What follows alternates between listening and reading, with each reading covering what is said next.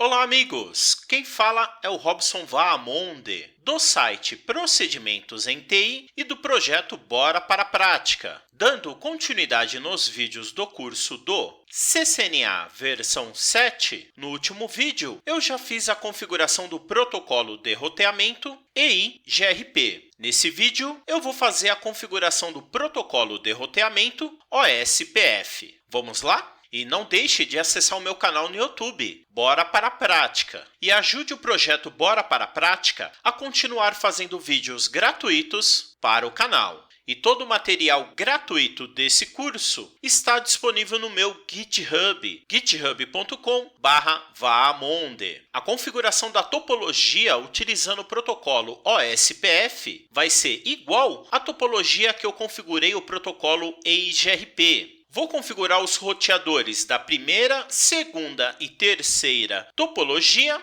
e o switch Layer 3 da segunda topologia. Nesse cenário, eu só não faço a configuração dos roteadores da topologia do Google. O script dessa aula é etapa 052. Igual ao protocolo EI-GRP, infelizmente esse vídeo vai ficar um pouco grande, porque o protocolo OSPF possui mais recursos e tecnologias do que o EI-GRP. E todas essas informações é importante para o entendimento do protocolo. Então vamos lá. O OSPF é um protocolo de roteamento dinâmico para redes que operam com o protocolo IPv4, desenvolvido pelo grupo de trabalho dos IGPs, da IETF. É descrito inicialmente em 1989 pela RFC 1131. É um protocolo IGP desenvolvido para ser usado em um sistema autônomo interno.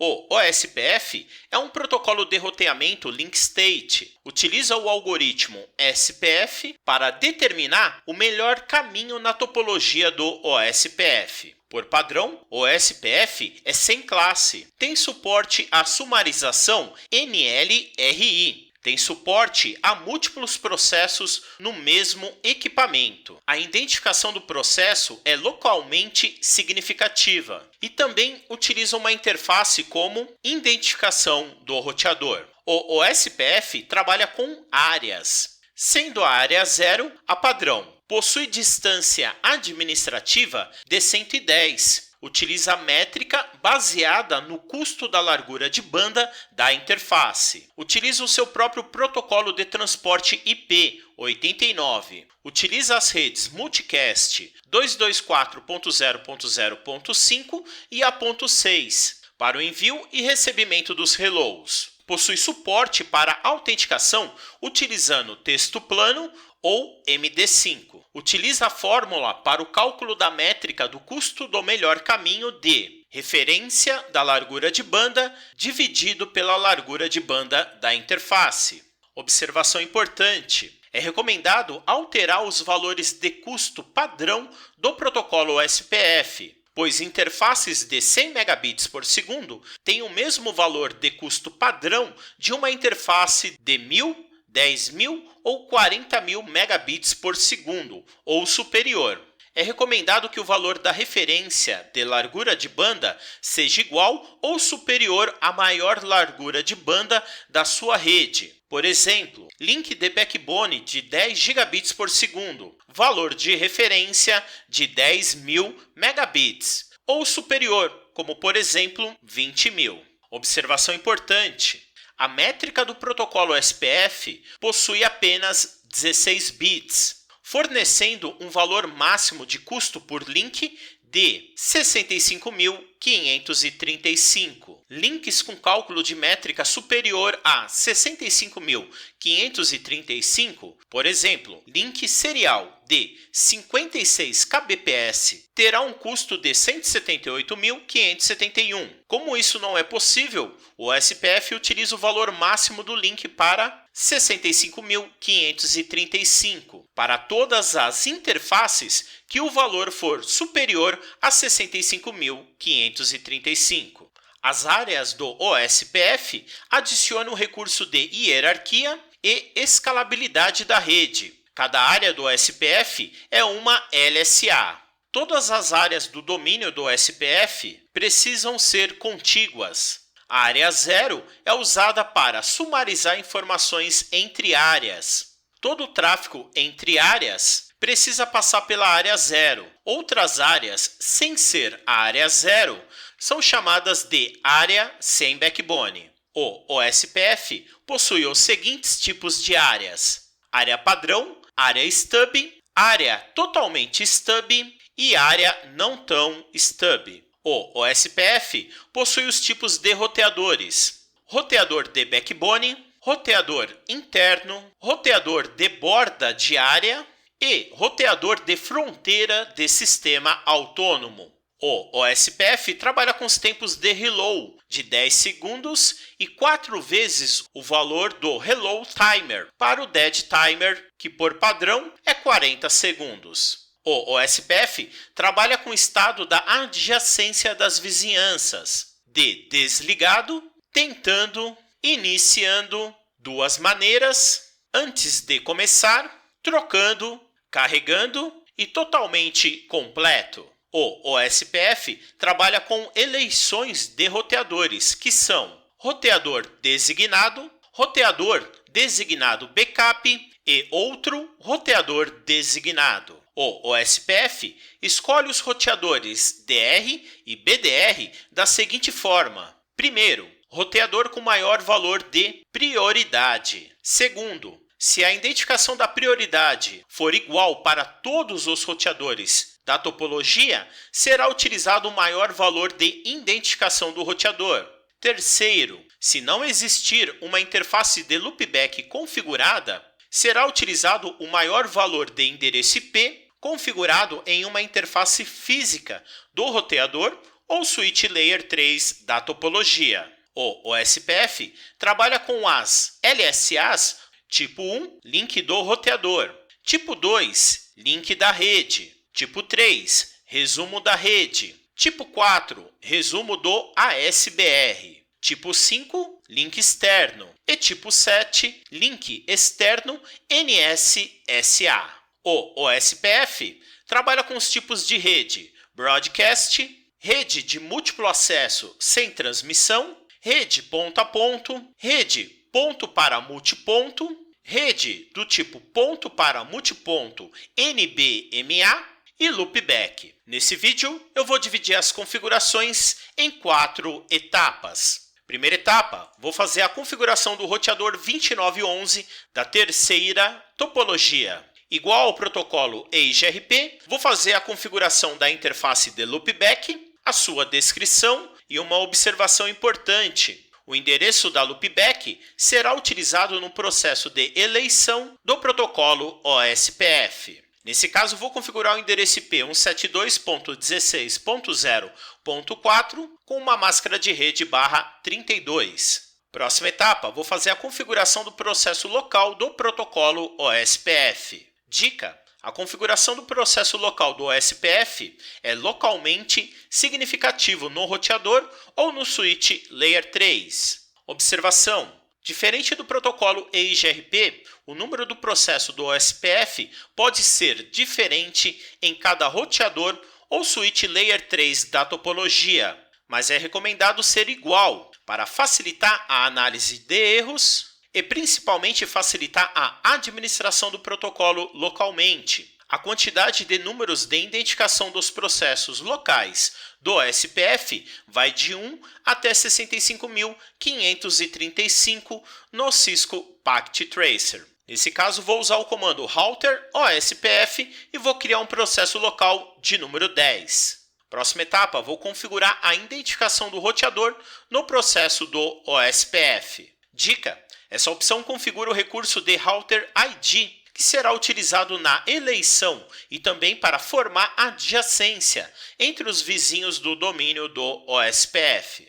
Observação: no processo local do protocolo OSPF, essa opção é muito importante para a escolha do roteador DR ou BDR na topologia do OSPF. Caso não seja configurado a identificação da prioridade, vou usar o comando router-id e vou indicar o endereço IP da minha interface de loopback. Próxima etapa, vou configurar a referência do custo da largura de banda no processo do OSPF. Dica: é recomendado alterar o valor da referência da largura de banda das interfaces para que o cálculo do custo das interfaces Gigabit Ethernet não sejam iguais na topologia do domínio do protocolo OSPF. Observação: os valores de referência da largura de banda do OSPF vai de 1 até mais de 4 bilhões de bits por segundo no Cisco Packet Tracer. Nesse cenário, uma interface de rede Fast Ethernet de 100 megabits por segundo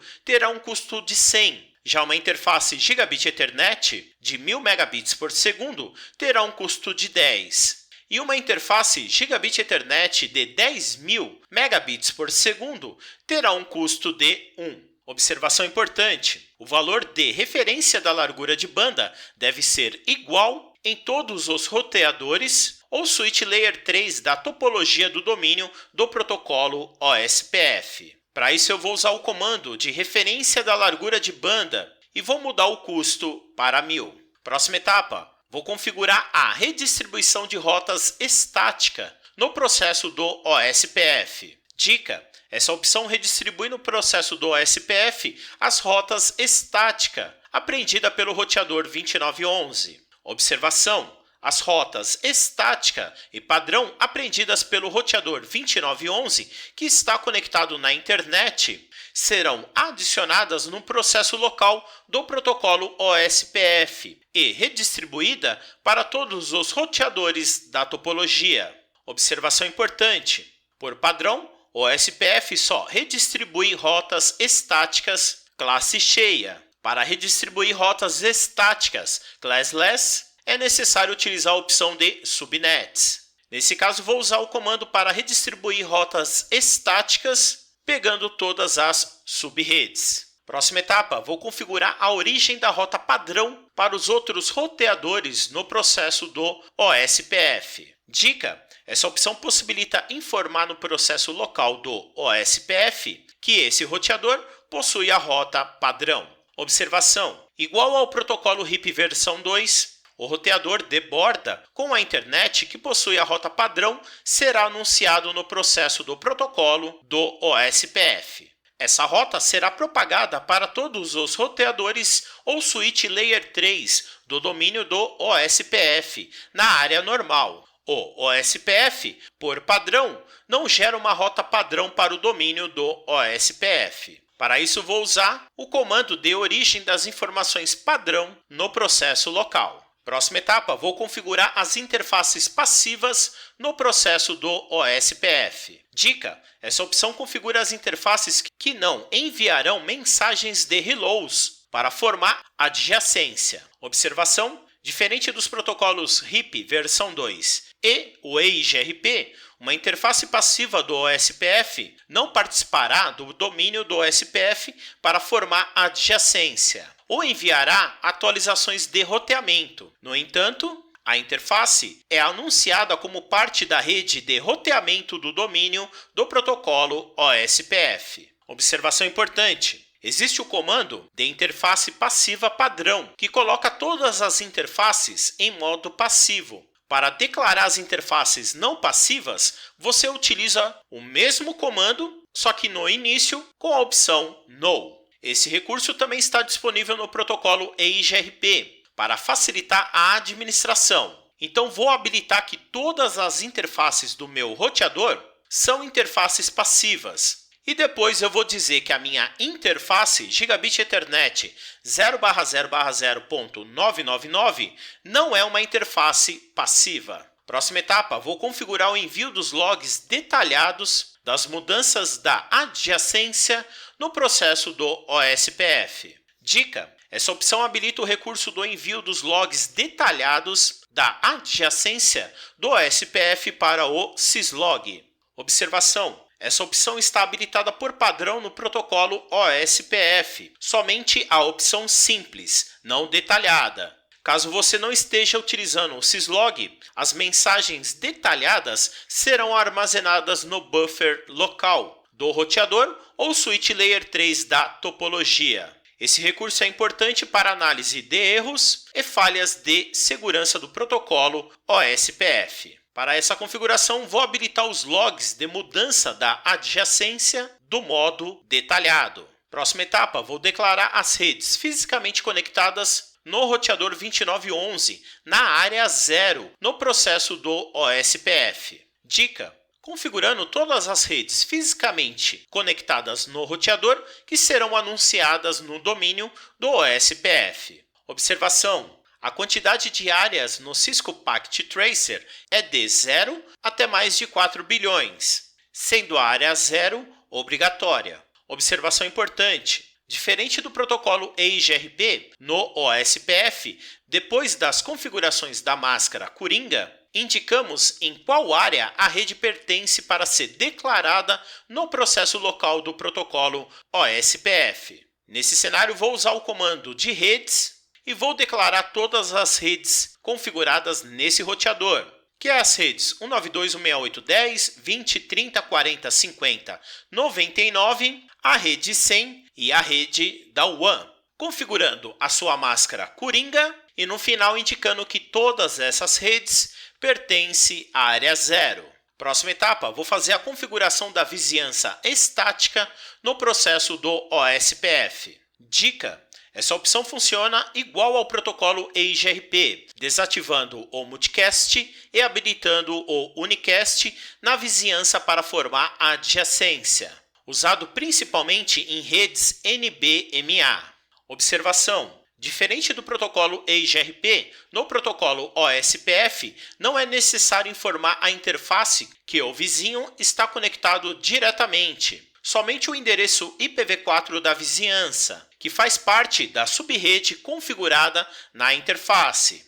Nesse caso, vou fechar uma vizinhança com o endereço IP 10.0.0.10. Próxima etapa, vou fazer a configuração do recurso de autenticação na área 0, no processo do OSPF. Dica: essa opção habilita o recurso de autenticação do protocolo OSPF no processo local da área 0. Observação: diferente do protocolo EIGRP que utiliza o chaveiro, no protocolo OSPF é habilitado somente o recurso de autenticação e o processo de criação das chaves é feito na interface de rede das vizinhanças.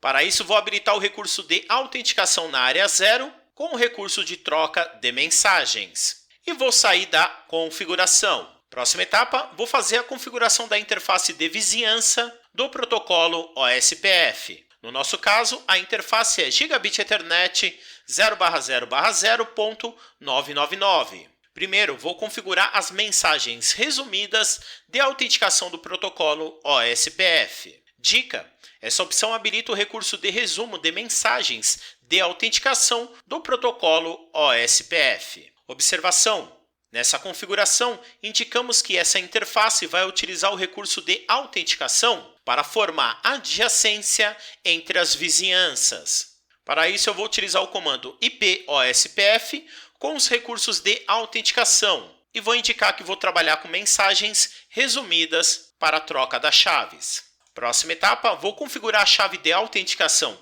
MD5 do protocolo OSPF. Dica: essa opção habilita o recurso de criptografia MD5 da autenticação do protocolo OSPF. Observação: nessa configuração, indicamos que vamos utilizar o número da chave, o tipo de criptografia e falamos no final a chave de autenticação do protocolo OSPF utilizada na topologia. Vou utilizar o mesmo comando IPOSPF, só que criando a chave 1 com a autenticação MD5 e vou criar uma chave chamada OSPF10. Vou sair e vou salvar no final. Vou voltar para a minha topologia, vou aumentar o zoom da terceira topologia e vou fazer a configuração do roteador 2911. Vou usar um desktop, vou acessar desktop, prompt de comando e vou digitar o comando ssh-r com o usuário admin com o endereço IP 192.168.10.254. Pressionar Enter, digitar a minha senha, Enter, voltar para o meu script e vou selecionar a partir de Configure Terminal até a opção de salvar. Ctrl C, voltar para o meu console, botão direito, colar e pressionar Enter no final. Vou digitar os comandos show running config com a seção interface. Vou verificar a minha interface de loopback 10, Enter. Já está tudo ok. Setinha para cima. Vou mudar para a minha interface Gigabit Ethernet 0/0/0.999. Pressionar Enter. Posso verificar que a autenticação do OSPF já está tudo ok. Setinha para cima e vou mudar para a opção de Router OSPF. Pressionar Enter e eu já posso verificar que o meu processo local do meu roteador já está tudo ok. Vou digitar o comando show IP protocols, pressionar Enter, barra de espaço, que eu já posso verificar todas as informações do protocolo de roteamento local OSPF. No meu processo 10, a identificação do meu roteador, trabalhando com redistribuição de rotas, a configuração de uma única área normal, todas as redes declaradas e as suas áreas e as interfaces passivas do meu roteador, a distância administrativa padrão declarada e o gateway para formar adjacência. Vou digitar também o comando show IP route OSPF. Pressionar Enter. Nesse primeiro momento não tem nenhuma configuração de roteamento, porque eu não formei nenhuma adjacência. Vou digitar os comandos show IP OSPF e vou verificar todos os roteadores de bordas. Pressionar Enter. Posso verificar que ainda não tenho nenhum roteador conectado diretamente no meu equipamento. Setinha para cima e vou mudar com toda a parte de vizinhança. Pressionar Enter, também está vazio e setinha para cima eu tenho também a opção de detalhes. Isso vai mudar quando eu configurar o roteador da segunda topologia. Setinha para cima e vou mudar para a opção de interface. Só que eu vou verificar minha interface Gigabit Ethernet 0/0/0.999. Pressionar Enter, que eu já posso verificar que a minha interface pertence à área 0, qual é a identificação do roteador, a informação do roteador designado da interface e a sua interface. Informações de hello. Vou digitar também o comando show IP OSPF com a opção de banco de dados. Pressionar Enter, e com esse comando eu já posso verificar os link state da área 0 do meu processo local do OSPF e todas as configurações de links, informações das mensagens, que são os LSAs, do tipo 5. Setinha para cima e vou pegar com a opção de Router. Pressionar Enter, barra de espaço, que eu já vou verificar todas as redes que fazem parte do roteamento do protocolo OSPF. Posso verificar todas as subredes configuradas no meu processo. Setinha para cima e vou mudar para a opção de externo. Pressionar Enter, que eu tenho informações das LSAs do tipo 5. Setinha para cima, vou mudar também para a opção Network. Pressionar Enter. Nesse primeiro momento ainda não tenho informações, porque eu não fiz nenhuma adjacência.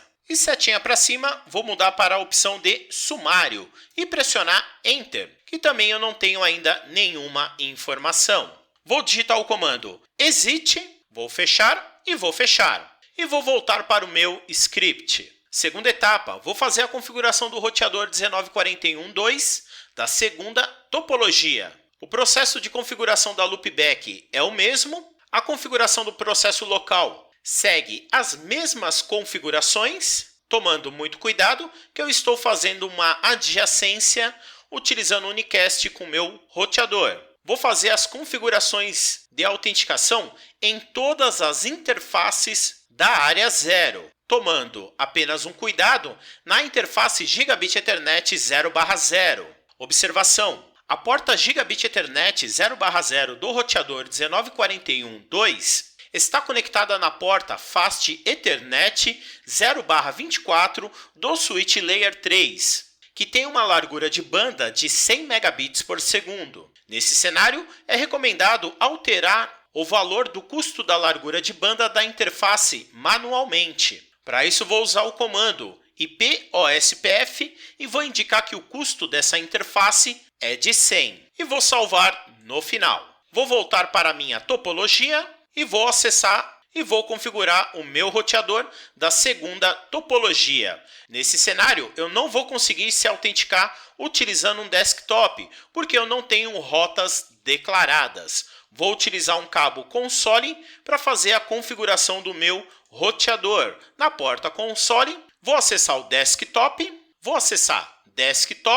terminal e OK. Pressionar Enter, vou utilizar o usuário admin com a senha vaamonde@pti. Tem que tomar um cuidado que esse roteador vai querer se conectar lá no servidor para fazer a autenticação. Mas esse recurso demora um pouco, só aguardar. Autenticação feita, vou digitar o comando enable, também demora um pouco, digitar o meu usuário e vou digitar a minha senha. Pressionar Enter e aguardar. Vou voltar para o meu script e vou selecionar a partir de Configure Terminal até a opção de salvar. Ctrl C, voltar para o console, botão direito e colar. E pressionar Enter no final. Um detalhe importante é já verificar as mensagens no seu terminal da adjacência que será feita entre os roteadores do protocolo OSPF. Já posso verificar todos os status de down para init, de init para duas vias, entrando nos status de adjacência carregando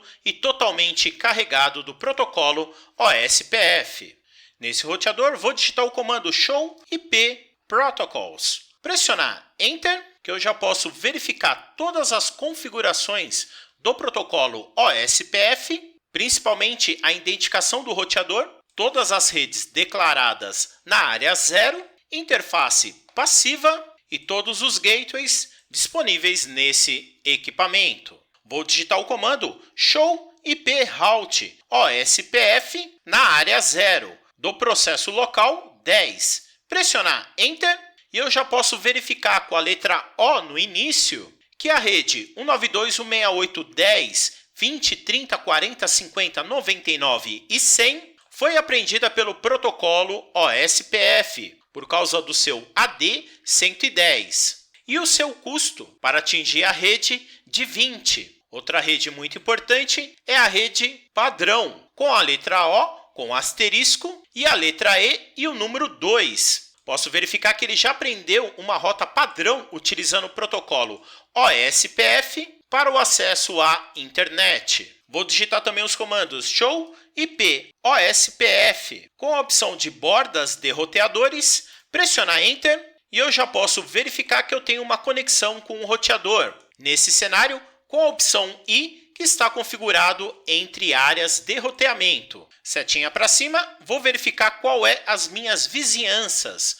Pressionar Enter, que eu já posso verificar que eu tenho uma vizinhança com a identificação do roteador 172.16.0.4, que está completo do tipo DR. Setinha para cima e vou pegar a opção Detalhado. Pressionar Enter, que eu já posso verificar nessa informação quem é o DR e quem foi escolhido como BDR da topologia. Setinha para cima e vou verificar agora a opção das minhas interfaces Gigabit Ethernet 0/1/0.999, pressionar Enter, que eu já tenho informações mais detalhadas da minha interface, principalmente verificando o custo da interface, que a minha interface Gigabit Ethernet agora tem um custo de 10. Setinha para cima e vou verificar a opção do banco de dados local e pressionar Enter, que agora no meu processo 10, a quantidade de links aumentou, fazendo adjacência com o meu roteador.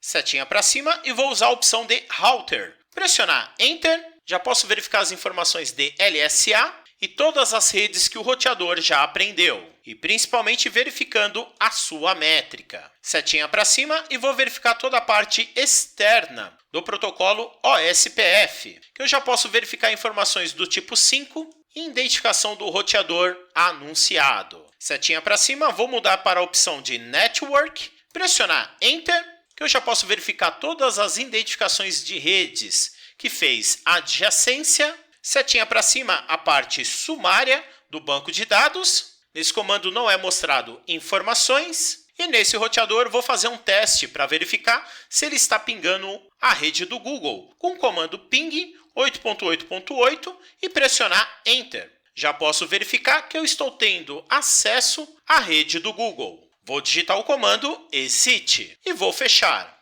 E vou voltar para o meu script. Próxima etapa, vou fazer a configuração do switch Layer 3 da segunda topologia. A configuração do switch Layer 3 é igual às configurações dos roteadores, fazendo a criação da loopback e configurando o processo local. Vou declarar as redes e fazer a autenticação na interface Fast Ethernet 0/24, que está se comunicando com o roteador 1941.